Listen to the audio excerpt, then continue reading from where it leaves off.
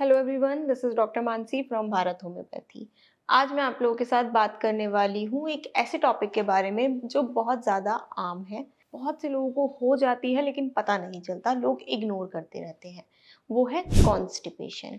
Constipation आजकल एक ऐसी दिक्कत है जो बहुत लोगों को हो रही है, जो बहुत ज़्यादा कॉमन है और उसके बहुत कारण हैं जो आज मैं आपके साथ डिस्कस करने वाली हूँ। कैसे आप अपने आप को कॉन्स्टिपेशन से दूर रख सकते हैं वो भी मैं बताऊंगी।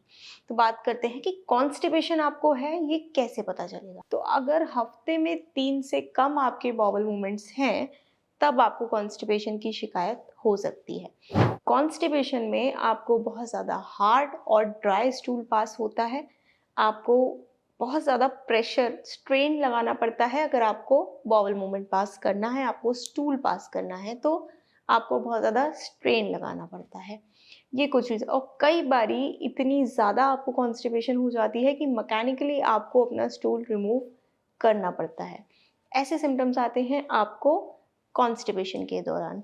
लेकिन अगर मान लीजिए आपने इन सब सिम्टम्स को इग्नोर किया, आपने सोचा कि कोई बात नहीं, आज नहीं हुआ, कोई बात नहीं, कोई बात नहीं, कोई बात नहीं। कई बार होता है, हम सोचते हैं कोई बात नहीं, मैंने ध्यान ही नहीं दिया।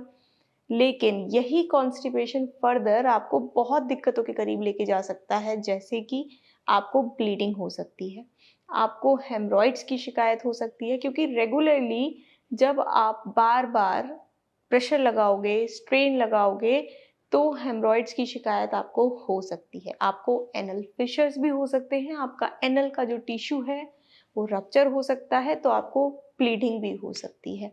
इसीलिए इस चीज़ पे ध्यान देना भी उतना ही ज़रूरी है। तो कॉन्स्टिपेशन आपको क्यों होता है? कॉन्स्टिपेशन का सबसे मेन रीज़न होता है कि आपकी डाइट। अगर आप अपनी डाइट में फाइबर कम ले रहे हो, न्यूट्रिएंट्स कम ले रहे हो, आप बहुत ज़्यादा डाइट पे चल रहे हो, ये नहीं खाना, वो नहीं खाना, आपकी डाइट से चीज़ें कम होती रह रही हैं, न्यूट्रिएंट्स कम हो रहे हैं, फाइबर कम हो रहा है, तो आपको कॉन्स्टिपेशन की शिकायत हो सकती है। दूसरी चीज़, आप पानी कम पी रहे हो। अगर आप दिन में 3 से 4 लीटर से कम पानी पीते हो, तो भी आपको कॉन्स्टिपेशन की शिकायत आ सकती है। आपको ड्राइनेस भी हो सकती है आपकी पूरी डाइजेस्टिव ट्रैक्ट में। इसके अलावा एक रीज़न होता है कि अगर आपके कोलोन में या रेक्टल में कहीं पे ब्लॉकेज है, कहीं पे अगर ट्यूमर फॉर्म हो गया है, तो भी आपको कॉन्स्टिपेशन हो सकता है। आईबीएस की अगर आपको समस्या है तो आपको कॉन्स्टिपेशन हो सकता है, क्योंकि आईबीएस में भी आपका जो पेरिस्टल्सिस मूवमेंट होता है वो बहुत ज़्यादा स्लो हो जाता है।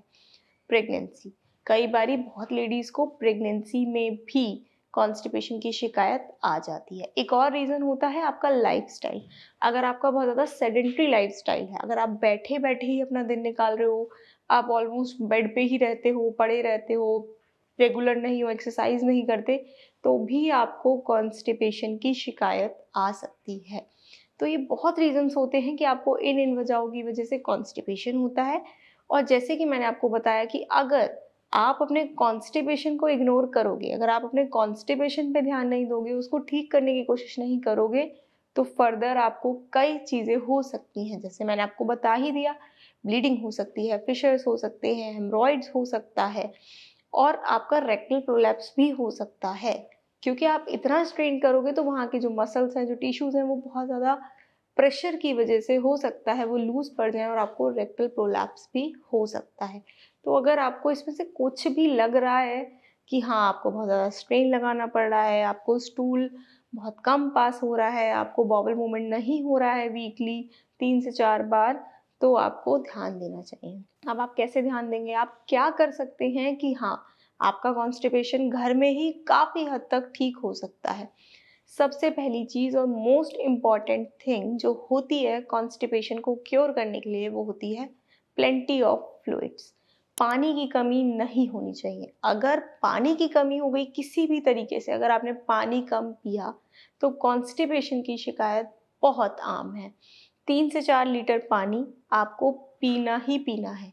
3 से 4 लीटर पानी लीजिए, फिर देखिए कि आपका जो बॉवल मूवमेंट है वो बहुत अच्छा रहेगा। दूसरी इंपॉर्टेंट चीज़ होती है फाइबर। अगर आपकी डाइट में फाइबर है, इनफ फाइबर अगर आप ले रहे हो, आप होल ग्रेन्स भी ले रहे हो और आप प्रॉपर एक डाइट ले रहे हो, हेल्दी डाइट जिसमें विटामिन्स, मिनरल्स, हरी सब्जियां, फ्रूट्स सब कुछ है, तो आपको कॉन्स्टिपेशन कभी भी नहीं होगा। अगर आप जंक फूड खा रहे हो, अगर आप प्रोसेस्ड फूड खा रहे हो, अगर आप शुगरी चीज़ें ज़्यादा खा रहे हो, तो आपको बिल्कुल कॉन्स्टिपेशन की शिकायत आ सकती है। तीसरी चीज़ होती है कि आप एक्सरसाइज ही नहीं करते, आपका सेडेंटरी लाइफस्टाइल है, तो ये आपको एक्सरसाइज करनी है, आपको योगा करने हैं। अगर आप अपनी बॉडी को थोड़ा-सा फिज़िकली एक्टिव रखोगे, तो आपको कॉन्स्टिपेशन की शिकायत नहीं होगी। इसके अलावा अगर जिसको कॉन्स्टिपेशन की शिकायत है, अलसी का बीज आता है फ्लैक्स सीड्स।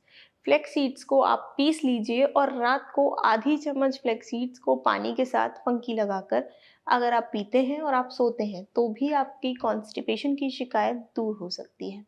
जिसको बहुत ज़्यादा कॉन्स्टिपेशन है, साथ में हार्ड और ड्राई स्टूल भी पास हो रहा है, तो आप रात को आधे कप गुनगुने दूध में आधी चम्मच देसी घी डाल के 2-3 दिन लीजिए, आपका उससे भी कॉन्स्टिपेशन ठीक हो सकता है। लेकिन कहते हैं कि कोई भी चीज़ ओवर नहीं लेनी चाहिए, हर चीज़ को लिमिट में लीजिए, दवा की तरह लीजिए। तो देसी घी भी अगर आप ओवर ले लेंगे, तो शायद आपको लूज़ मोशन भी हो सकते हैं, इसलिए लिमिट में लेना है। किसी भी चीज़ का प्रयोग इतना नहीं करना कि वो आपकी बॉडी को फ़ायदा देने की जगह नुकसान कर दे। तो ये जो भी चीज़ें मैंने आपको बताई, इनसे आप कॉन्स्टिपेशन से दूर रह सकते हैं, इन पे ध्यान रखिए।